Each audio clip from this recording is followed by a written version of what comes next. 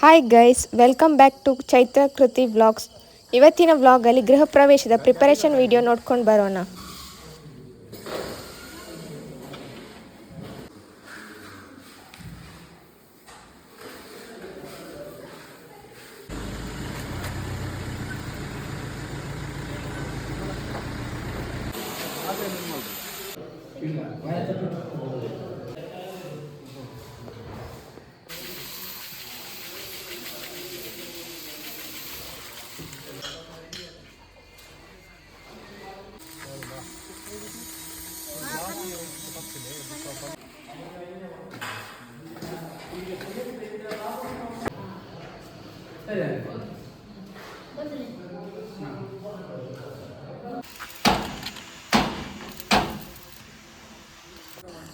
ಹೀಗೆ ನೋಡ್ತಾ ಇರಿ ನಮ್ಮ ವ್ಲಾಗ್.